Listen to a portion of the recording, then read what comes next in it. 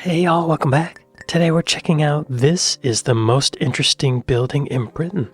I'm going to show you what's called the most interesting building in the UK and the story of how it tragically resulted in the death of an innocent man in 1970, over 1,000 years after it was first built. Quickly, this is actually the first video on this channel, long form video anyway. If you do appreciate it, enjoy it, please do subscribe, stick around for more, and I'd love to do loads more videos like this all across Britain. Now this Y'all be sure to go to Britmapped and like and subscribe.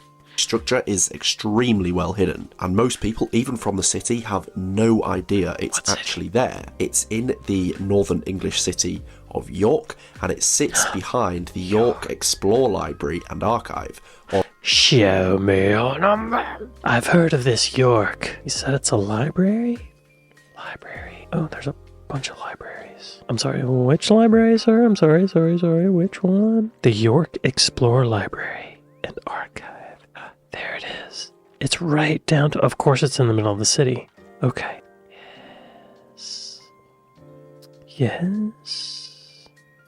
So it's behind this building. I bet that's it. Anglian Tower. Oh.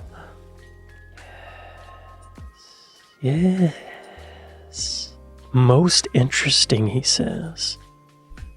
I'm skeptical. Tell me more, sir. Of York, and it sits behind the York Explore Library and Archive on Museum Street, which is not too far from York Minster. But to get there, you take the gate round the side of the library and walk all the way around. On the left, you'll see an old tower and you'll see some Roman coffins, but you'll see a medieval wall and an old tiny wall, which is actually a Roman wall. If you follow this wall all along, you'll come across this small stone structure built into the Roman wall. Wow. Now, this is... Wow, okay, so this is it, I think. It's really interesting how you can see the different brick technique.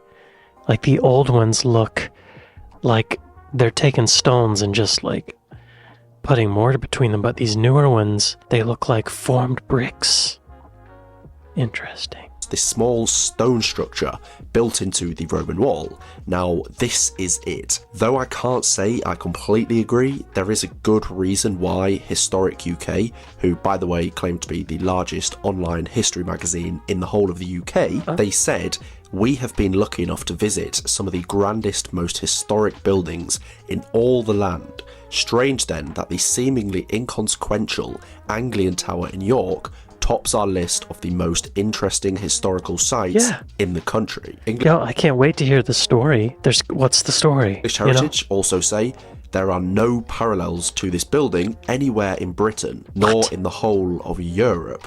Wait, there's a, like, wire mesh figure in there? Was this a jail? Current remains are less than 5 meters high, but when it was built, it was believed to have been over 10 meters tall, probably used as a watchtower or some sort of defensive structure. What is 10 meters in feet? I don't know my meters, y'all. Meters to feet. 10 meters. 32 feet? That's pretty tall. That's like 5 of me.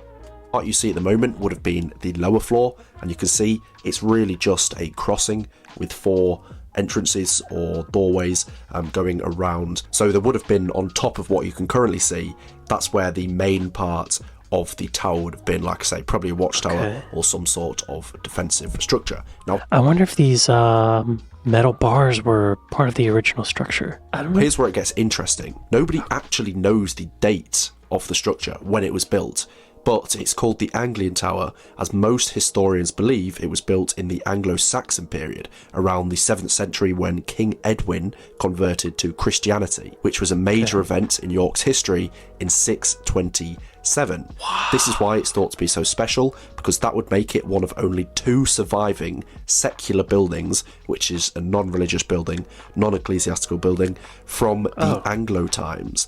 Okay, there's got to be more to it than that, though, right? There's got to be more to it than that. Has survived all the way through the Dark Ages. As you should know by now, Dark Ages does not mean it was dark and nothing happened and everything was bad. It just means that nothing was really recorded from that time. So this is one of only 2 buildings to survive through that time that is non-religious. That is kind of amazing. People argue, and on York's official council website, where it lists about all the buildings, it does state the building is probably late Roman 5th century, before they left Britain, that kind of period. But truthfully, nobody knows, and its official name is still the Anglian Tower. And also, the limestone used in this structure is from a completely different area to where the Romans extracted their magnesium limestone in Tadcaster. But how did it actually survive so long when all else of its time was pretty much destroyed or...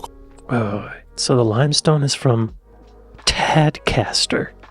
Never heard of Tadcaster. Show me how to walk. Tadcaster. Where's that? Okay. Close. Very close to York. Down the road. Okay. Directions from the York Explore Library and Archive. That's a 3-hour and 48-minute walk without hauling bricks. May have taken them all day to get that brick there. It actually survive so long when all else of its time was pretty much destroyed or completely covered up. The story is actually quite remarkable. When the Vikings invaded and conquered York in 866 AD, which was another massive time in York's history. That was already 200 years old when the Vikings came. Wow. They built new ramparts and defences all across the city, much of it on top of and incorporated into the Roman and Anglo-Saxon structures.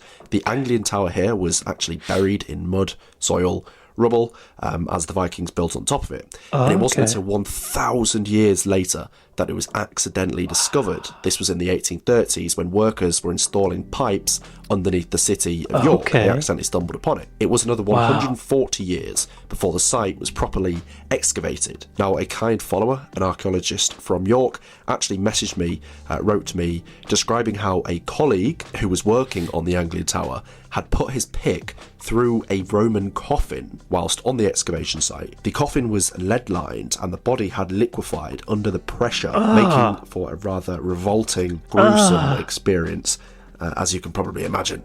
However, this story pales in comparison to the tragic events that unfolded in 1971. Wait a minute. I gotta... So Romans had lead-lined coffins? Is that... What? How do you... Like, why? That seems like a lot of trouble to go through. Why would they do that? Lead-lined coffin. Roman lead-lined coffins were very rare, typically indicating a burial of high status or luxury, and could be made of lead or have a lead lining within a wooden coffin. These heavy, airtight coffins help preserve the body by slowing decomposition and containing the body's contents and any associated toxins. Examples include a sarcophagus found near Rome and a high-status woman's coffin in Britain. That was probably it, maybe. The lead lining created an airtight barrier that slowed the decomposition process. Not slow enough. Apparently lead was very rare, or very valuable metal at the time. Okay, so the lead, it was a sheet of lead, and then it was folded to be in the size or the shape of the inside of the coffin. Okay. I wonder who it was. Looking for a rather revolting, gruesome experience, as you can probably imagine.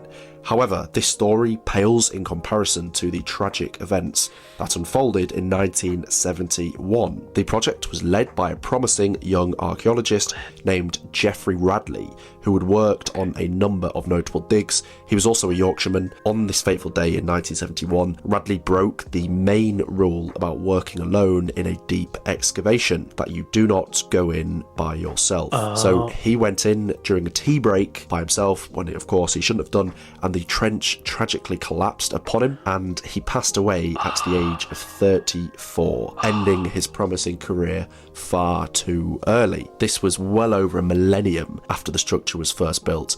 This really should tell you everything about the history of York and the history of Britain as a whole. Just absolutely steeped in history. Wow, yeah, that's pretty gruesome. The most interesting building in Britain, though? I don't know. The AI overview says, there is no single most interesting building in Britain, but many are considered highly interesting for different reasons, including Stonehenge, Palace of Westminster, the Shard, the Gherkin, Pineapple House, and the Royal Pavilion. Okay. Let's look at it from up above again. Wow, right next to it is the Archaeology Data Service. I wonder if they knew. Right behind them was this tower. Probably that they did. That's probably why it's there, right? Anglian Tower. So it was discovered in 1839. They started excavating it in 1969. Oh, this is the article he cited. The tower walls are much thinner than one might expect, being less than 2 feet wide in most places. Built into the stump of the earlier Roman wall, the purpose of the tower is unknown. Okay, so there was an earlier Roman wall there, and then whoever built it as an addition. Perhaps as a replacement for nearby Roman interval tower. Oh, so before when I thought that these flatter bricks were the newer ones, I was wrong. Those are the older ones. Or maybe this is the older one. Above the Anglian Tower on the right, shown against the old Roman wall in the foreground and the latter medieval wall in the background. Oh, okay. So this is the old Roman wall. These tiny little stones with the concrete in between. And then this was built in medieval times. So that was newer. Okay. Going in circles here. I don't know. I mean, that's interesting, but I don't think it's the most interesting. I kind of feel like the Roman baths are more interesting, right? Because the water management, the age of it, hot springs, that's interesting. We know what it was used for, but who am I to argue with Historic UK, right? Well, I'd like to thank my patrons. I'd like to thank my Buy Me a Coffee folks. Thank y'all for watching this with me, and I'll see y'all next time. Later.